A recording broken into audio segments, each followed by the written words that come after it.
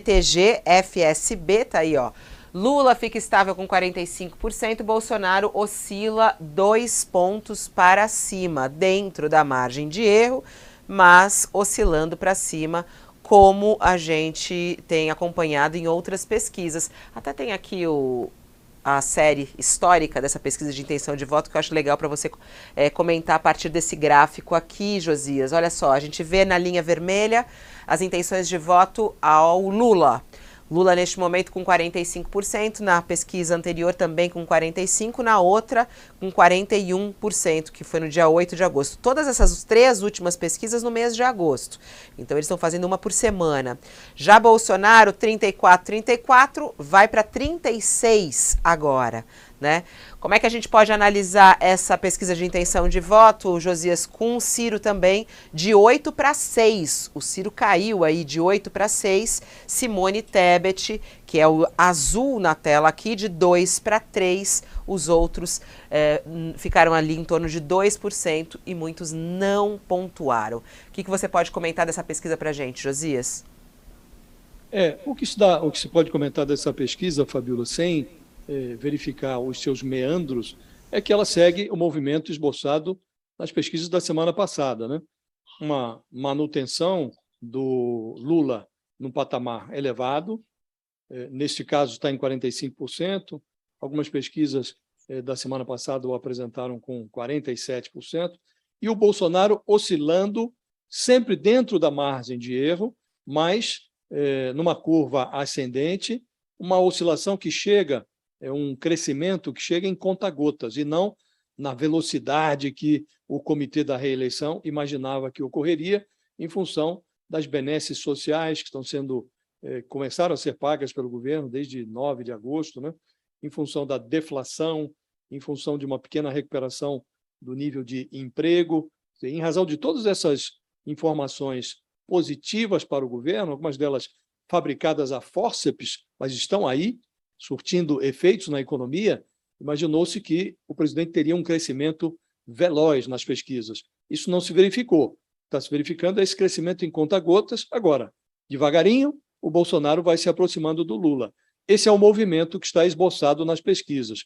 Não se sabe se isso vai acelerar ou não. No ritmo atual, é improvável que o presidente vença a eleição.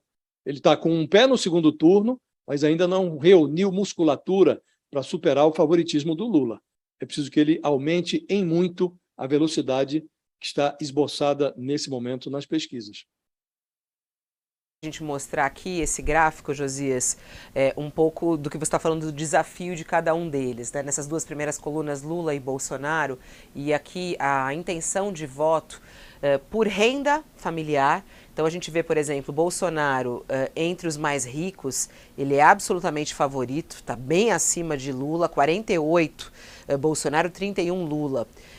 Já para quem recebe até um salário mínimo, que é justamente o foco dos auxílios, né, Josias? Que é o que a gente está falando dos impactos que podem acontecer nas próximas pesquisas e onde Bolsonaro pode crescer. É justamente nesse público. Lula tem 64% das intenções de voto para quem ganha até um salário mínimo e Bolsonaro 20%. Eu acho que esse é um dado super importante que vai ser trabalhado, né, Josias, nos próximos dias nas campanhas, até porque nessa semana tem entrevista com os candidatos, tem o debate marcado para domingo e tem também, olha quem apareceu na tela aí, Walter Mairovich. Bom dia para você, Mairovich. Oi, Fabíola, bom dia, prazer. Bom dia, Josias, bom dia a todos.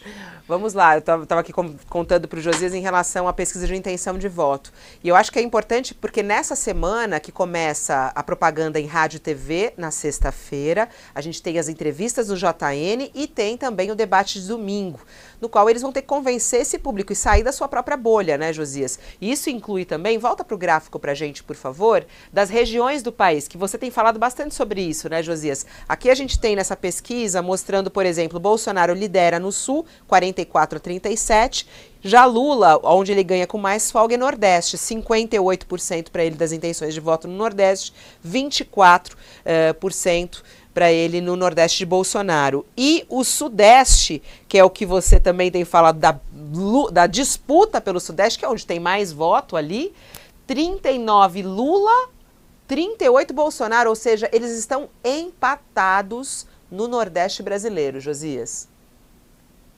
O segredo da pesquisa é que o Bolsonaro está muito bem entre os mais ricos, mas os mais ricos representam uma pequena minoria no eleitorado brasileiro.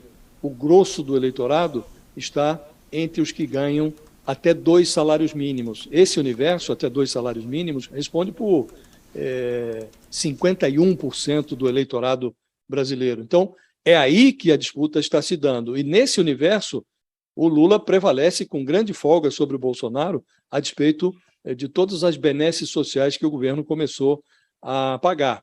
E esse duelo interregional, ele tem grande relevância porque o Lula prevalece no Nordeste e, para anular esta vantagem que o Lula tem no Nordeste, o Bolsonaro precisa ganhar no Sudeste. Foi o que aconteceu em 2018. Ele ganhou nos 3 estados mais populosos, os maiores colégios eleitorais do país, São Paulo, Minas Gerais e Rio de Janeiro. E agora, as pesquisas apresentam o Bolsonaro atrás. Essa daqui me surpreende. Se o resultado dá 39-38 no conjunto da região Sudeste, é surpreendente, porque o Datafolha dava uma diferença maior do que essa, dava 12 pontos de vantagem para o Lula sobre o Bolsonaro na região Sudeste, com grande vantagem, por exemplo, em Minas Gerais. Considerado individualmente o estado de Minas Gerais, o Lula prevalecia sobre o Bolsonaro com uma dianteira de 20 pontos percentuais. É muita coisa.